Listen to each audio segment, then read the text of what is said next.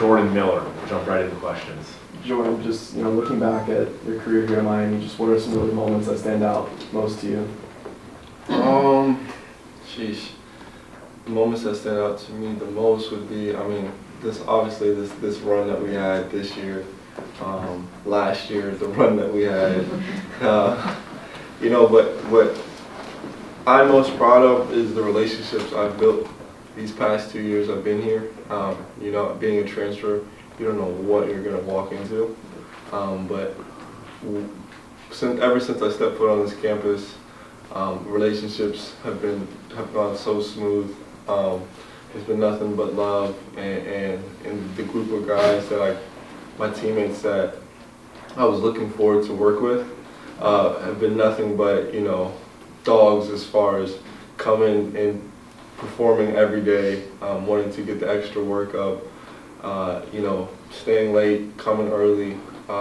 Just a group of guys have been just, I had an idea of what it was going to be, but, it really shocked me about, just the work ethic and the crew that the coaching staff recruits, and I give credit to them for finding good guys.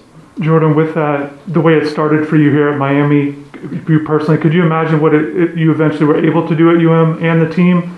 Maybe look back on some of the struggles, adversity you faced. Yeah, when I first got here, obviously it was very difficult. I remember during the exhibition game last year, I only took one shot, and obviously there's trials and tribulations with everything. But it was about any transfer, finding where you fit in the puzzle, and I didn't necessarily know.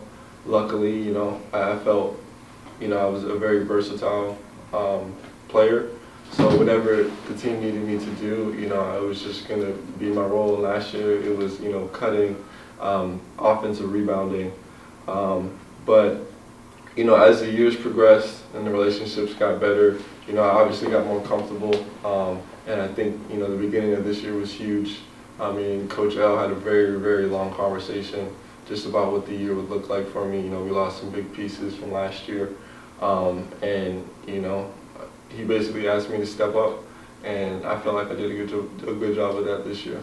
Have you been approached by, obviously the list of, Coach L said there's probably 1,300 players interested in Miami now, with you guys being in an Elite Eight, Final Four, all the people looking to transfer. Have people reached out to you, as someone who did transfer here, and what kind of advice are you giving some of those people that are looking to transfer here? Yeah, even last year I had players I've played against, reach out to me and be like, yeah, I'm interested in Miami. I'm like, I'm not LeBron, I can't recruit, you know what I'm saying? But no, on a serious note, all I can do at the end of the day is, vouch about the coaching staff and for the players. People are definitely a lot more interested in Miami, at least from the player side that I see. They see what Coach L is building here, and the success that we had, and everybody kind of wants a piece of that.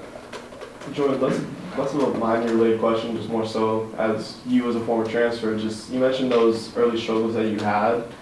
What would be your advice that you would give to transfers who are at these new schools? What advice would you give them in their new situations? Yeah, my advice would be, it's a good question. Just stay persistent. At the end of the day, trust your work. It's about being positive.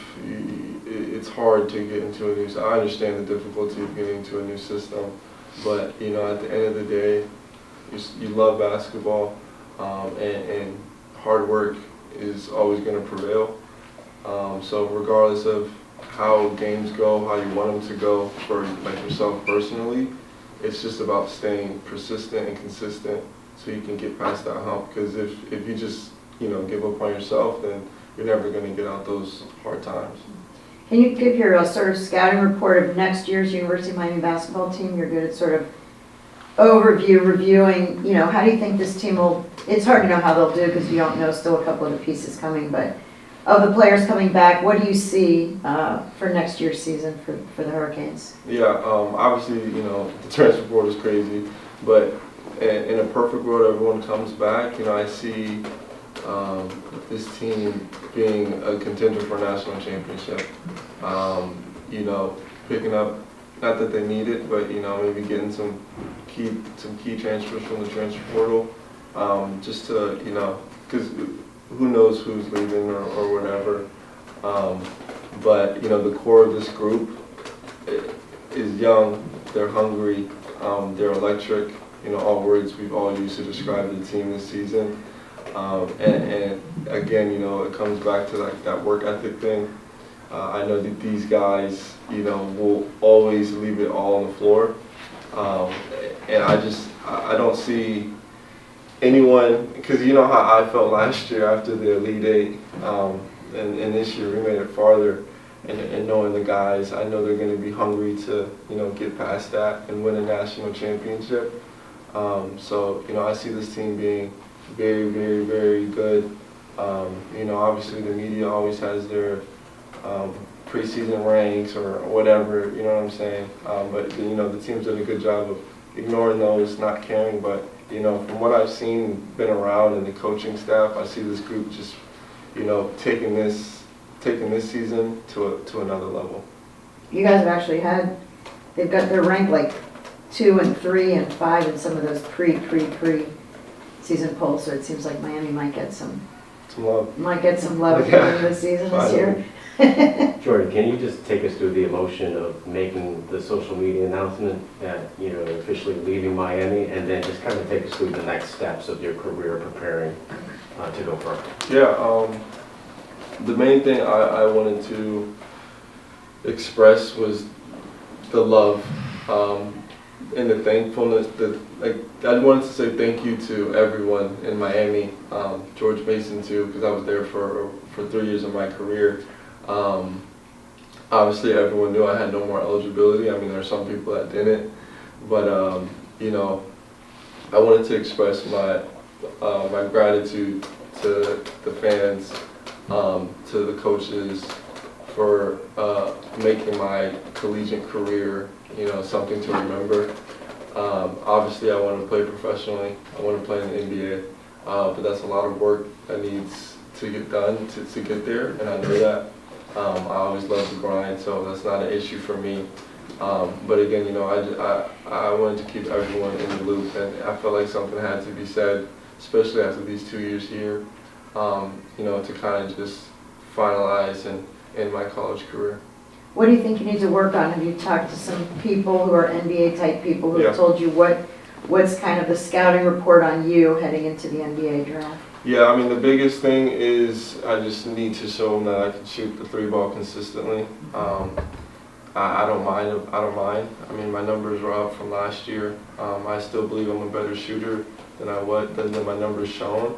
But you know, each year, what people don't understand is, you know, each year, regardless of who you are, and there's those outliers, but your team only needs you to do certain things. You know what I mean? And we got Nigel Pack, who's shooting 40%. Zay was shooting 40% this season, I believe. Wooga, I mean, at the end of the year, we couldn't miss. And so, you know, Coach always talks about there needing to be a balance between outside shots and inside shots. And so, you know, me and Norchad were really the only, I mean, we'd have drives sometimes, but we were really the only ones to shoot, you know, majority of the twos, and there needs to be balance in the offense. So to answer your question, it's 3-point shooting consistently. Am I worried? No. But you just got to get there and show them you can do it, and that's what matters most. Jordan, just I guess to follow up on that question, just what are the things that you can offer NBA teams and professional teams right now? Just what capabilities do you think you bring to the table? Yeah, you know, I feel like I'm a versatile player, so I can adapt to whatever a team needs. I know being in the NBA is about, you know, knowing your role, and me not being limited to whatever a specific role. I feel like, you know, whatever role they need me to do, I feel like I can do it, I can master it. Also, I mean, with NBA teams, you know, some guy, they worry about, you know, when you get there, or how are you going to react if things don't go your way. I mean, in the beginning of my career at George Mason, where I was redshirting, and then got taken out of it. And then beginning of my career here, where I was struggling, you know, I get through hard times. I'm a very resilient person. I love the challenges. I feel like, you know, challenges are what make people. So it's someone who's going to come every day, give it 100%, and never stop until he reaches the places he wants to be. And I also want to ask about Christian Watson, just what you saw from him throughout practice this year and how excited you are for his development moving forward. Yeah, I mean, man, all the freshmen. But, you know, Chris in particular, he can really score the ball. Obviously, there's some kinks that need to get worked out, but he was a freshman, you know, and a lot of that, it's going to get real scary when the game just slows down for him. Again, you know, he didn't get a lot of court burn this year, very little. So, you know, next year with actual game, getting game minutes, whenever he starts to feel comfortable, you know, I think you guys are going to see a very, very, very high octane scorer. You know, he has the size, he has the length. I think this offseason is a very big offseason for him.